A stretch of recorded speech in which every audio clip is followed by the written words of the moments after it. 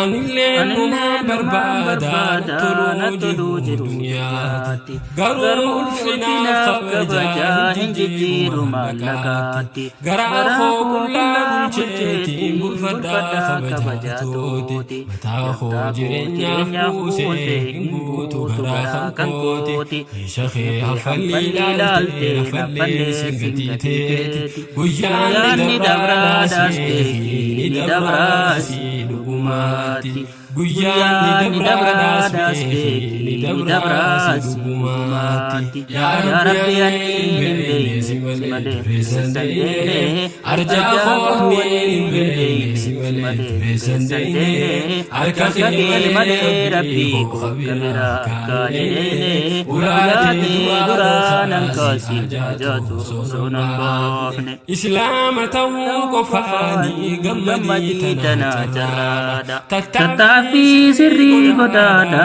rabbi irra keenya milkiidha baannullee rabbiin argadha jarraadha rabbiin naaf kenne tanaaf beekumsa guddaadha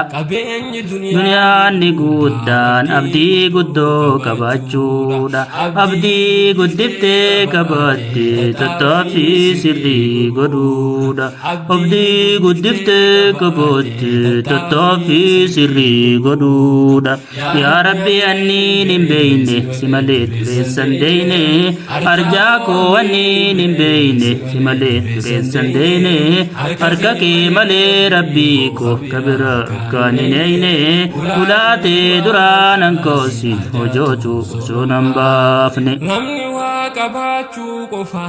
sigaa namaa ol kaasu namni jarkiif kiisa laalee si dhiheessee siis fageessu fageessi haa ibsirreessu madaala namummaan kaasu dhabuun qofaan sin kaasu dhabuun qofti sin kuffiisu namummaan kan kee bakka isaan lakkiisu nama taa'ii kan hoggaayyuu namummaa isaaf jabeessu nama namoota kabaje namummaa qofaan dhiheessu nama namoota kabaje namummaa qofaan dhiheessu yaa rabbi anniin hin beeyne si malee dureessan deeyne harka kee si malee dureessan deeyne harka kee malee rabbii koo kabira kan hin eeyne ulaatee duraanan koosin hojatu osoo nan baafne olaanaan halli hadiisaaf quraana